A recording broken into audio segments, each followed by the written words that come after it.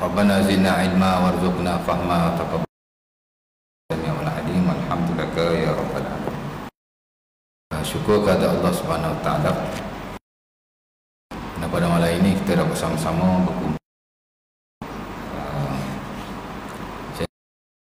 Tahun ini dah setahun ni ya, kerana masa PKP itu ya, bulan 10 itu kita tak jumpa sampailah kepada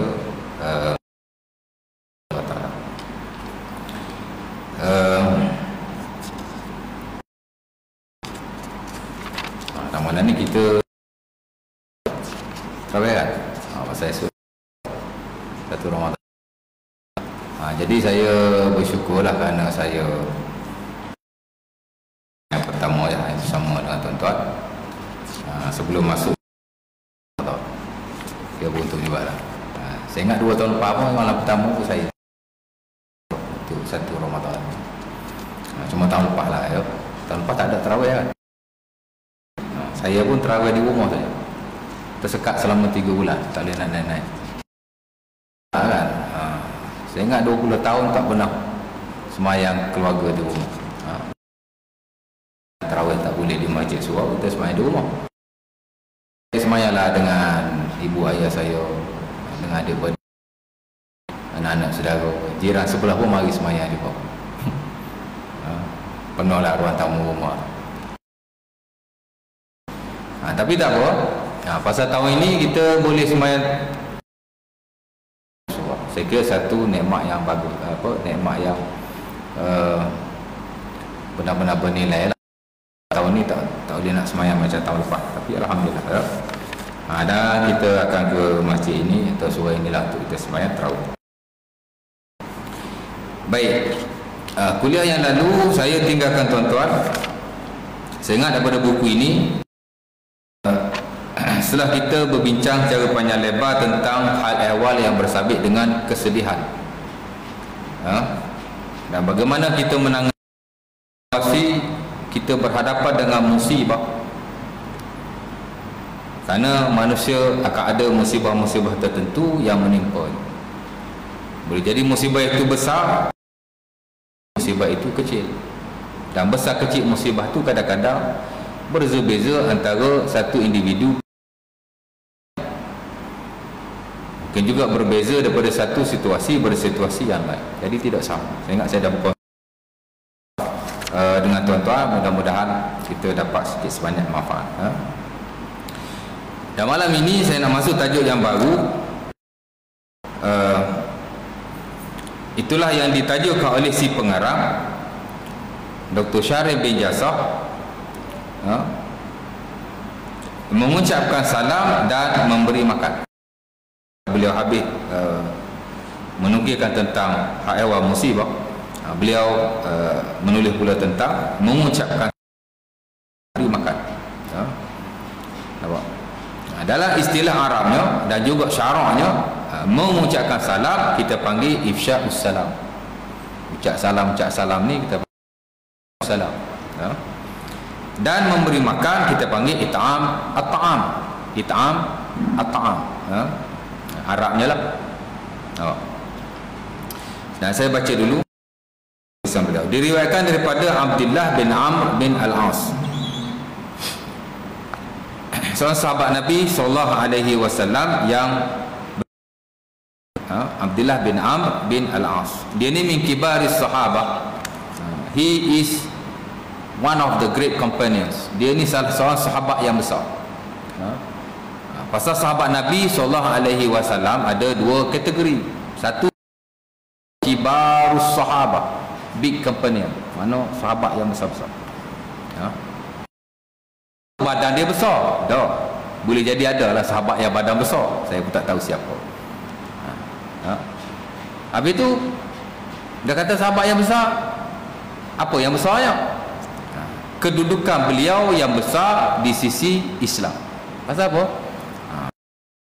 Merujuk kepada sahabat Nabi yang melazimi Rasulullah sallallahu alaihi wasallam. Boleh jadi beliau sentiasa berada di majlis Rasulullah, duduk dengan Nabi kat masjid all the time, setiap masa. Mungkin adalah masa-masa dia miss, tapi kita tahu sahabat ni sentiasa bersama Nabi di masjid baginda, semayang berjemaah dengan Nabi, duduk di majlis ilmu dengan Nabi, duduk di masjid baginda. Dan sahabat yang kita panggil kibarus sahabat ini kadang-kadang juga sentiasa dengan baginda. Baginda banyak bermusafir, tuan-tuan. Sebab itu Al-Imam An-Nawawi rahimahullahu ta'ala dalam sebahagian bukunya Al-Majmu' Syarah Sahih Muslim, bila dia cerita tentang ahkamus safar, hukum hakam pemusafiran. Kalau dalam Al-Majmu', buku fiqh yang besar yang dikarang oleh, yang dikira antara buku fiqh yang bersifat ensiklopedia, mana buku fiqh besar lah, yang bukan hanya dirujuk dalam mazhab Syafi'i tapi juga mazhab-mazhab yang lain dalam dunia Islam.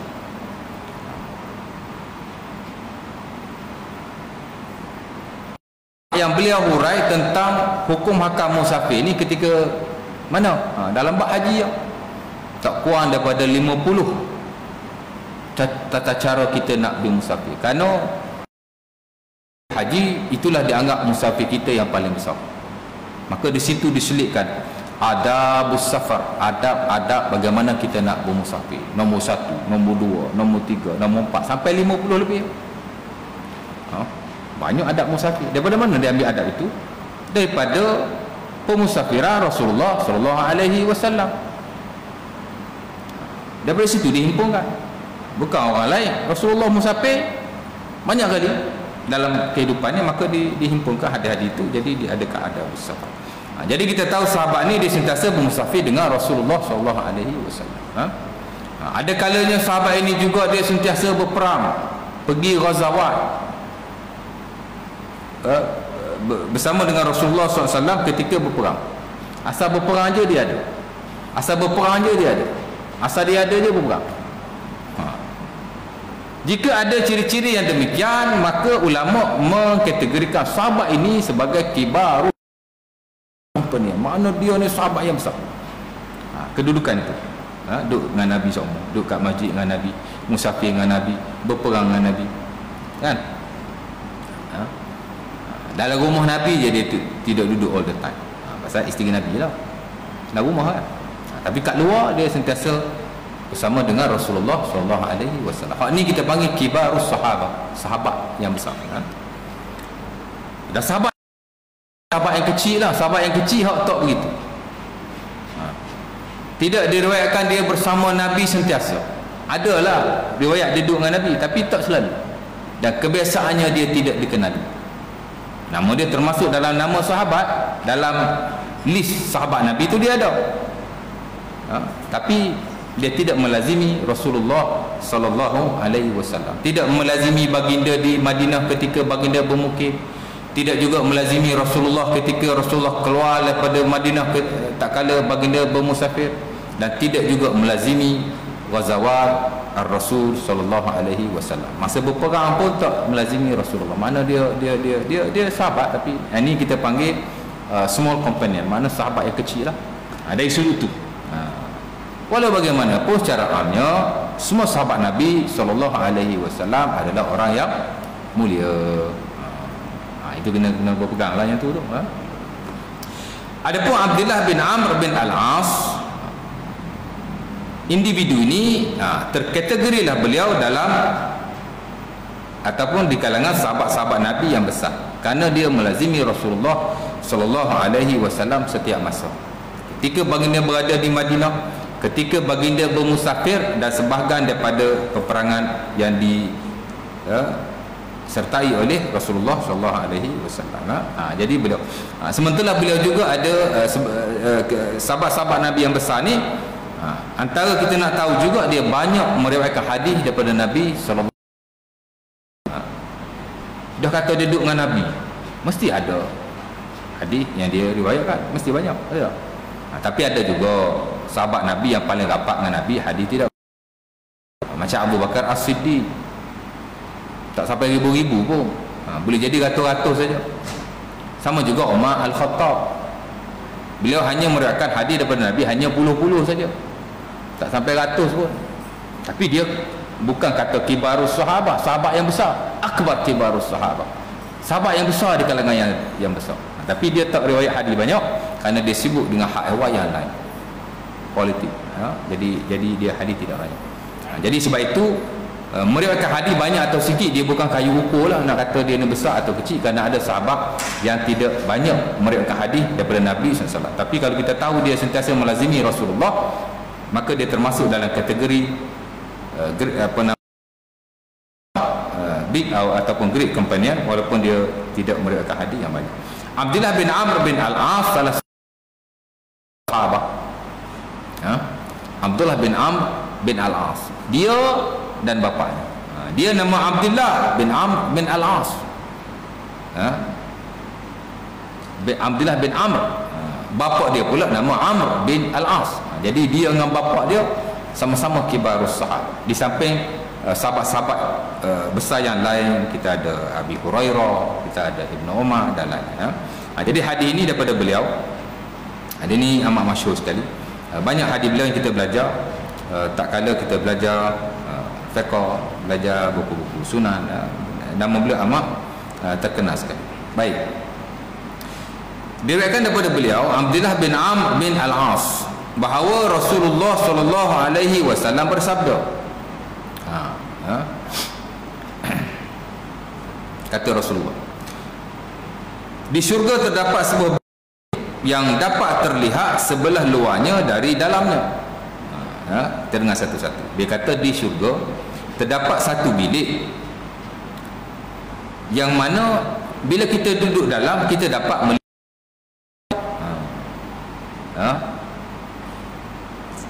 Bila kita berada di luar pula, kita dapat lihat di dalamnya.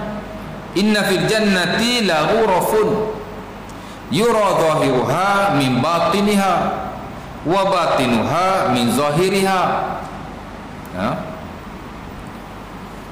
Ada bilik-bilik yang dia ni apa kita panggil, macam cermin gini lah. Kita duduk dalam nampak kat luar, yang kat luar nampak kat dalam. Lebih kurang begitulah, ya. Jadi Nabi sebut begitu, walaupun hakikatnya kita tak tahu macam mana. Walaupun dalam syurga ni Al-Quran sebut macam-macam, kan? Hadis Nabi pun sebut macam-macam. Dalam syurga ada buah macam-macam, ada buah anggur. Ada anggur, kat dunia pun ada anggur. Apa bezanya? Beza. Inna fil jannati inna adatu li'ibadiyas salihin ma la 'ainun ra'at wa la uzunun sami'at wa la khatra 'ala qalbi bashar. Apa-apa yang diberitakan kepada kita tentang syurga, walaupun pada zahirnya macam kita dah biasa, tapi tidak sama dari sudut hakikat. Sebab asas kepada perkara itu ialah apa yang diriwayatkan oleh Nabi dalam Sahih Muslim pada Abi Hurairah. Kata Nabi, kata Allah Subhanahu wa taala, hadis kursi, apa yang tersedia dalam syurga itu tidak ada mata yang pernah melihatnya. Mata tak pernah tengok. Tidak ada telinga yang pernah mendengarnya. Mala ainun ra'at wala uzunun sami'at wala khatra ala qalbi bashar. Bahkan apa-apa yang terlintas di hati kita pun tidak ada. Maksudnya hakikatnya tidak sama. Kalau sama pun lafaz saja. Dah nak cerita pasal syurga, nak guna lafaz macam mana lagi? Lafaz kita duk guna ni lah, tapi hakikatnya tidak sama. Baik, jadi ada bilik macam tu. Kita kata bilik macam, dia panggil apa? Orang Arab kata syafaf. Syafaf ni luksina, bukan luksina. Dia panggil apa? Bahasa Melayu apa? Jadi bilik Nabi kata di syurga belah dalam kita boleh lihat yang luar boleh lihat yang dalam. Kira special lah. Jadi sahabat bertanya Rasulullah SAW. Yang bersama Rasulullah itu pada waktu itu ialah Abu Malik radhiyallahu taala anhu. Dia pun tanya, liman ya Rasulullah, untuk siapa wahai Rasulullah? Dan Nabi kata di syurga ada satu bilik yang very special. Orang yang duduk dalam boleh lihat yang di luar, orang yang di luar boleh lihat yang di dalam. Macam special lah. Jadi sahabat tanya Nabi SAW, untuk siapa bilik itu? Liman ya Rasulullah, untuk siapa? Nabi pun menjawab, liman atabal kalam wa at'amat ta'am wa shalla bil laili wan nasu niyam. Bilik yang amat istimewa itu untuk, pertama Nabi kata untuk orang yang berkata baik. Liman atabal kalam, untuk orang yang berkata baik. Apa mana kata-kata yang baik? Kata-kata yang baik lah, kan? Dia tidak bercakap kata-kata yang buruk, jauh sekali tidak berdusta kepada orang lain. Cakap hak baik saja, cakap hak elok saja. Berdusta tak ada. Mengumpat jauh sekali. Menghina orang, wa'iyyazubillah, tak ada berlaku. Dia orang yang sentiasa menjaga tutur kata. Maka Allah Ta'ala akan menyediakan baginya bilik yang hebat seumpama atabal kalam, orang yang sentiasa memperelokkan kata-kata. Dan memanglah kita susah, saya sendiri pun tak? Suka buat silap. Dan bukan kita saja. Kerana diikutkan sahabat Nabi yang juga rapat dengan baginda, kadang-kadang mulut pun ada yang salah cakap juga. Salah seorangnya nama Huzaifah. Sebab itu dia tanya Nabi, kata mulut aku ni kadang-kadang ya seumpama benda-benda yang buruk. Maka Nabi suruh dia istighfar. Dia jumpa Nabi, dia kata, wahai Rasulullah, dalam sunnah Abi Dawud, aku ni mulut kadang tak boleh nak jaga. Yalah, kadang-kadang marah orang, kadang-kadang tercakap benda yang buruk. Jadi aku takut, dia kata, mulut aku ni akan heret aku ke dalam neraka. Maka Nabi kata, aina anta minal istighfar, kenapa kamu tidak beristighfar? Jadi asal kita rasa ada bercakap benda salah, istighfar. Betul? Asal kita cakap benda salah, istighfar. Agak mustahil lah kita nak bercakap lah satu hari tak ada benda yang tak betul yang kita cakap. Mesti ada. Saya lah aku kan, tak tahulah ke orang lain. Tapi itulah manusia hakikat. Maka Nabi telah menunjukkan kita akan jalan keluar. Barang siapa yang berkata dengan baik setiap masa, maka itulah balasan. Kemudian yang kedua, Nabi kata memberi makan. At'amat ta'am. Kalau tadi orang yang memperelokkan kata-katanya, yang kedua Nabi kata orang yang memberi makan. Makan, tuan-tuan. Sebab itu kita lihat Islam ni satu agama yang amat-amat menjaga akan kebajikan manusia. Pasal suruh makan. Bukan suruh makan, bagi orang makan. Memang Islam jaga. Ada sahabat Nabi siang puasa, malam tak nak makan. Dia panggil al-wisal. Al-wisal. Dan kata Abu Sa'id Al-Khudri dan Sahih Bukhari atau Muslim, nahan Nabi anil wisal. Nabi tak bagi wisal. Apa nama wisal? Bila kita belajar tentang fiqh siyam, the science of fasting, ada satu bab dipanggil makruhatus siyam, perkara-perkara makruh ketika berpuasa. Tidak haramlah di sisi majoriti, hanya makruh saja. Tapi antara perkara yang makruh ialah al-wisal. Mana wisal? Siang puasa, malam tak makan. Tak makan. Buka puasa pun tidak. Mori pun tidak. Mori memang tak ada lah zaman dulu kan. Ya ada puasa, buka puasa dengan sahur. Tak makan dua-dua. Pasal dia begitu semangat nak berpuasa, nak mengosongkan perutnya, jadi dia tak makan. Malam pun tak makan. Cuba kita sekali, siang kita puasa, malam tak payah makan sampai esok, tengok 3 hari wisal. Agak-agak macam mana? Tak boleh kan? Dan Islam pun larang. Nah, Nabi anil wisal, Nabi tak bagi wisal. Lepas tu ada sahabat komplain, wa anta tuwasil ya Rasulullah, engkau wisal, pasal apa kami tak boleh? Nabi kata, lastu kahayatikum, inni at'amani rabbi wa saqani. Nabi kata, wisal ni kamu jangan ikut aku, pasal aku Allah Ta'ala bagi makan dan minum. Mana Nabi ada kekuatan walaupun Nabi wisal. Jadi sahabat tak berhati, dia kata kat Nabi macam tu, Nabi jawab macam tu. Tapi bila Nabi tengok sahabat masih melakukan perkara berkenaan, Nabi pun makanlah bersama dengan sahabat Nabi SAW yang lain. Nabi pun tak wisal lah, Nabi pun makan dengan para sahabat. Dan ada orang setengah yang lain nak kerah nak wisal juga. Nabi kata kalau nak wisal juga sampai sahur saja. Sahur mesti makan. Jangan tak makan langsung. Islam larang. Pasal apa? Pasal manusia memang perlu kepada makanan. Ada orang, tuan-tuan, kematian suami, baru saja sedih ya Rabbi, sedih sungguh sampai tak makan. Apa jadi? Perut dia kena operate, masuk angin. After 1 week tak makan, masuk angin. Lepas tu kita kena makan. Kalau kita tak makanan tak masuk, angin masuk. Dan ia boleh berbahaya kepada kesihatan. Jadi kena makan. Dan memberi makan juga adalah satu ibadah. Sebab itu kita lihat dalam pensyariatan Islam banyak hubung kait dengan makan dan memberi makan. Kita tengok sebagai kafarah memberi makan.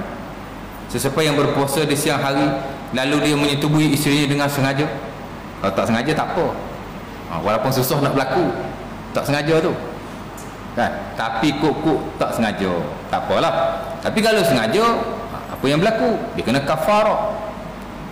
Pertama sekali dia kena puasa, pertama kali dia kena membebaskan hamba. Pasal zaman Nabi ada seorang sahabat ni, dia menyetubui isterinya di siang hari. Sahih Bukhari dan Muslim daripada Abi Hurairah.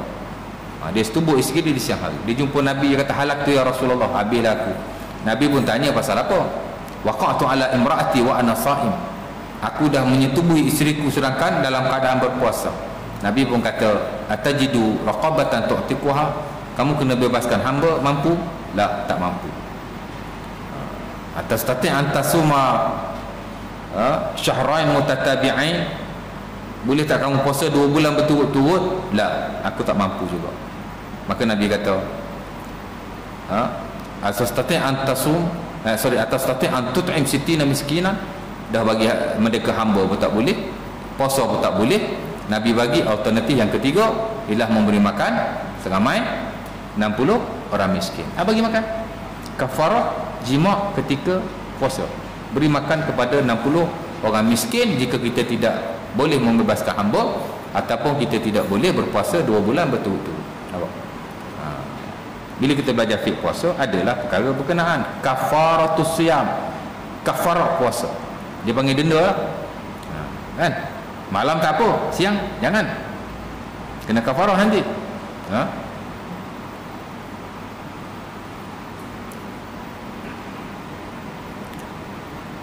Sama juga kafarah nazar pun sama.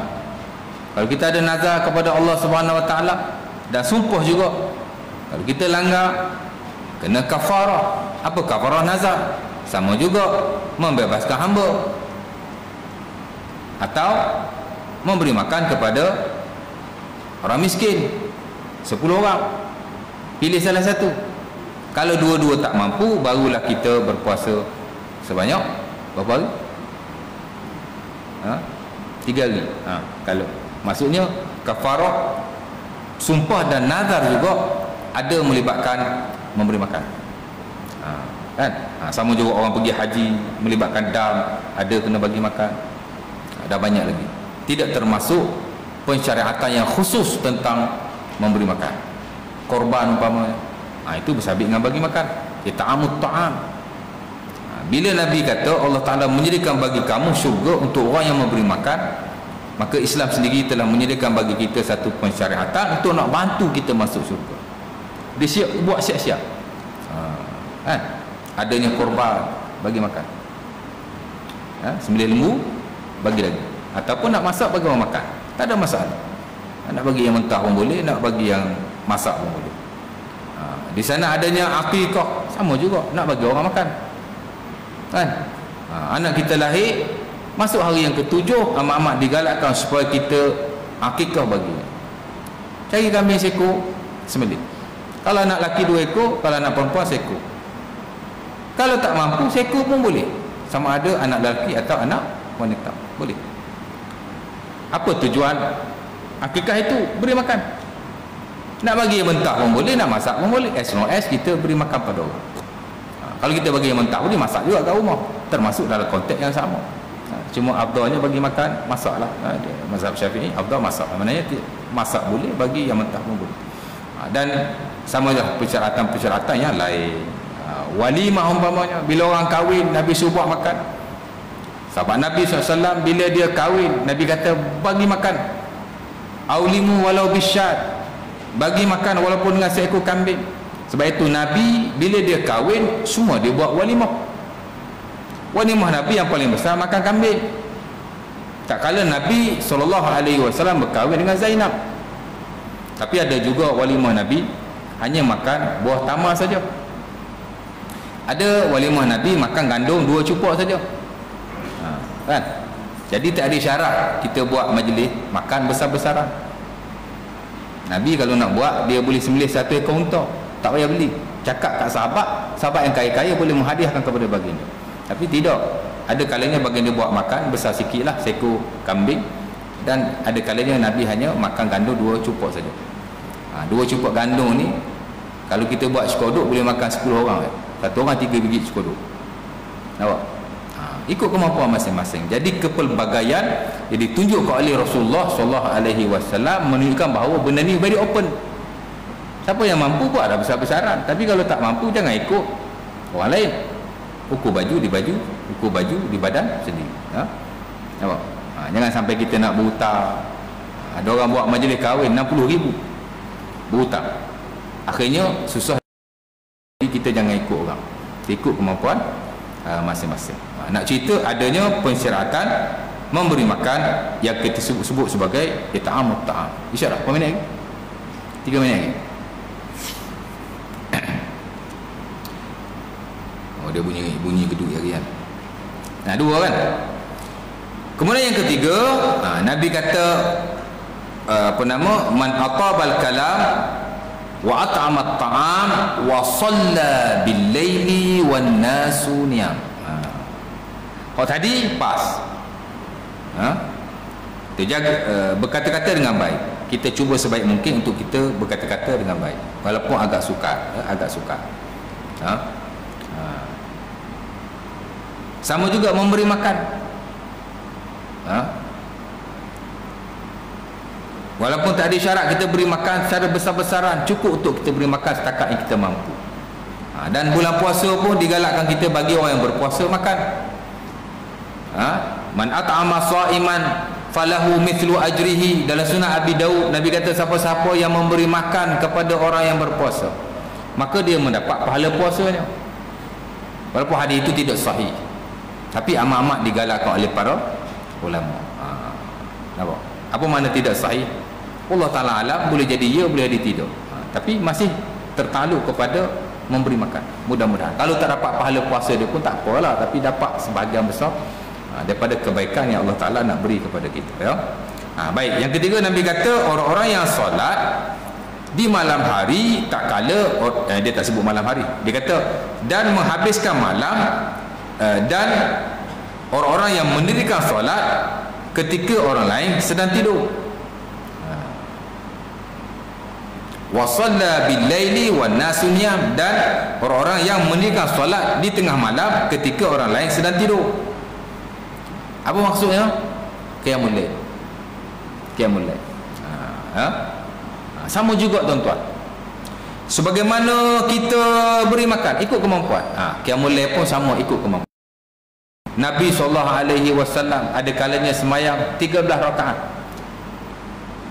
Dan itu adalah bilangan rakaat maksimum yang dilakukan oleh Rasulullah SAW. Tapi 13 rakaat Nabi bukan 13 minit. Satu rakaat menjangkau 2 surah yang panjang. Ada sahabat Nabi pergi belakang, Nabi Huzaifah pergi semayang belakangan Nabi. Nabi baca surah Al-Baqarah in the same rakaat. Dia kata penat panjang. Kuku masuk surah yang kedua, surah apa? Al-Imran. Nabi rakaat pun tiba-tiba tak rakaat. Lepas wa'fu anna waghfir lana warhamna anta maulana fansurna 'alal qaumil kafirin. Dia kata la'allahu yarka'. Mula-mula dia semayang Nabi baca Al-Baqarah. Dia kata sampai 1 ayat Nabi rakaat pun tak rakaat. Terus sampai habis surah Al-Baqarah ni Nabi rakaat pun tak rakaat. Nabi masuk surah yang kedua, surah An-Nisa, tak rakaat. Sampai habis surah An-Nisa Nabi baca Al-Imran. Kalau ikut mushaf Al-Imran dulu, tapi Nabi baca An-Nisa dulu. Sebab itu songsang surah tak salah, yang salah songsang ayat salah. Ambil ayat ujung Amanar Rasul rakaat pertama, rakaat kedua baca ayat kursi, tak boleh, because in the same surah. Tapi kalau surah yang lain-lain tak apa. Rakaat pertama nak baca Al-Imran, rakaat kedua nak baca Al-Baqarah, tak salah. Baik. Jadi panjang. Sebab itu Aisyah kata, la tas'al an husnihinna wa tulihinna. Bila bercakap tentang solat Nabi, bukan rakaat tu, tapi lamanya dan baiknya semayang Rasulullah sallallahu alaihi wasallam, sampai ada sebagian sahabat tak mampu. Sebab Nabi semayang seorang, dia pergi ikut. Nabi kalau semayang berjemaah, Nabi semayang tak lama. Dan kalau orang semayang berjemaah lama, Nabi marah. Tapi dah qiyamul lail. Qiyamul lail ni afdal seorang-seorang. Nabi semayang seorang, dia pergi ikut belakang. Sekali Nabi lah, Nabi banyak. Dia mufarakah, dia tak ikut Nabi. Nampak? Baik, paling banyak 13 rakaat. Walaupun panjang lah semayang itu, tapi 13 rakaat. Ada kalanya Nabi semayang 11 rakaat. Ada kalanya Nabi semayang 9 rakaat. Tak kala baginda mencapai usia yang tua. Bila dah masuk umur 60 tahun, kata Aisyah radhiyallahu taala anha, bila ditanya oleh sahabat yang lain tentang semayang malam Rasulullah, Aisyah kata Nabi semayang 9 rakaat saja. Dan itu termuat dalam Sahih Bukhari dan Muslim. Dan ada juga riwayat Nabi semayang 7 sahaja, juga daripada Aisyah radhiyallahu taala anha. Ada riwayat Nabi semayang 4 rakaat saja pada satu malam, walaupun riwayat itu tidak sahih. Paling sahih sampai 7 saja. Kenapa ada beza-beza macam tu? Pasal Nabi adalah manusia, human. Ada kalanya beliau mampu, ada kala baginda tidak mampu. Jadi beramal ikut kemampuan. Isteri Nabi nama Zainab. Tadilah. Dia suka semayang sunnah. Sehingga kalau dia tak larat pun dia semayang juga. Tapi apa dia buat? Dia gantung tali. Dia ikat tali kat tepi masjid untuk dia berpower. Dan bila Nabi masuk ke dalam masjid, Nabi lihat ada tali. Sahih Bukhari dan Muslim, Nabi pun tanya Anas bin Malik, "Ma hazal habal?" Tali apa ni? Dia kata li Zainab. Idza fatara ta'allaqat biha. Ini tali Zainab punya. Isteri engkau lah wahai Rasulullah. Bila dia semayang, dia penat, dia pegang dekat tali tu. Nabi berkata, li salli ahadukum nasyata. Beramal ikut kemampuan. Fa idza fatara falyajlis. Kalau tak larat berdiri, duduklah. Tak payahlah pegang tali. Huluh, Nabi kata, potong tali tu. Nampak? Ikut kemampuan. Jadi sama juga dalam konteks ini, Nabi SAW amat-amat menggalakkan sembahyang malam, tapi ikut kemampuan masing-masing. Kalau kita mampu, dan sekurang-kurang sembahyang malam ialah apa-apa sahaja sembahyang selepas isyak. Tuan-tuan sembahyang lepas isyak, ba'di isyak dah masuk qiyamul lail sebenarnya, sekurang-kurang. Alaikum bi qiyamil lail walau hal bashar wa ma kana ba'dal isyak fa huwa minal lail. Sebab itu dimuktamarkan dalam buku-buku fiqh, after isyak dia sudah termasuk di kalangan qiyamul lail sekurang-kurangnya. Sebab itu kalau boleh lepas isyak, jangan kita tak semayang langsung, walaupun sedikit. Tak nak semayang di masjid, boleh semayang di rumah, kan? Tak nak banyak pun sikit. Nabi kata adalah kamu semayang qiyamul lail, hadis Tabrani dengan sanad yang sahih. Kamu semayanglah 2 rakaat. Nabi kata adalah kamu qiyamul walaupun sekejap, dan sekurang-kurang qiyamul lail. Nabi kata dan apa-apa sembahyang selepas isyak adalah qiyamul lail. Jadi kita sembahyang ikut kemampuan. Boleh sembahyang di awal malam, boleh sembahyang di akhir malam. Dan Aisyah juga ditanya dalam Sahih Muslim bagaimana sembahyang malam Nabi. Aisyah kata la'allahu yusalli fi awwalihi. Nabi kadang-kadang sembahyang di awal malam. Apa di awal malam? Tengah awal-awal malam. Balik dia lagi qiyamul lail. Qiyamul lail kena tidur, tak syarat. Memang digalakkan tidur di hujung malam, sebab sebaik-baik qiyamul lail di hujung malam. Tapi awal malam pun qiyamul lail juga. Nampak? Karena Nabi yusalli fi awwalil lail wa rubbama kana yusalli fi awsatihi. Kadang-kadang Nabi bila tengah malam, pukul 12, pukul 1 tengah malam, kita balik lepak kat kedai mama. Kadang-kadang tak boleh nak tidur lagi, pasal tadi kena kopi. Ambil wudu, semayang berapa rakaat yang kita mampu. Betul tak? Wa kana wa rubbama kana min akhiril lail. Dan kadang-kadang Nabi semayang di akhir malam. Dan itulah Rasulullah SAW, dia tidur dulu, kemudian dibangun di 1/3 malam, dia qiyamul sampai subuh. Dan bila azan subuh sekejap bari lepas tu bila kita qiyamul bila azan subuh digalakkan kita baring. Tapi jangan baring terus. Isyarat. Dah isyarat. Okey. Nampak? Jadi lepas kita qiyamul bila dah azan isyak kita tidur. Rehatlah sekejap.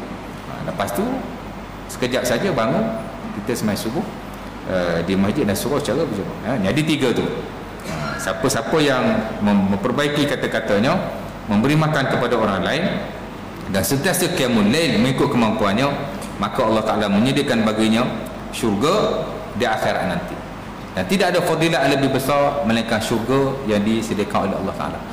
Kalau fadilat ni tak ada yang lain, syurga sudah cukup. Tapi kalau ada fadilat-fadilat yang kita nak juga, tapi kalau disebut masuk syurga, that is enough. Mana satu fadilat yang besar. Jadi saya rasa setakat itu dulu untuk malam ini. Kita nak tarawih pula. Mudah-mudahan kita akan dapat manfaatnya pada bulan Ramadan ini. Dan saya menyeru pada semua istiqamahlah untuk kita mendatangi masjid kita untuk solat tarawih sampai ke akhir Ramadan kalau boleh. Dan jangan hanya kita datang ke masjid pada awal-awal Ramadan saja. Biar kita istiqamah sampai akhirnya. Dan biarlah tahun ini Ramadan kita lebih baiklah daripada tahun-tahun yang lalu. Mudah-mudahan ya. Aku luka oleh azab. Assalamualaikum warahmatullahi wabarakatuh. Tutup majlis dengan tasbih kafarah dan surah Al-Asr. Subhanakallah wa bihamdika.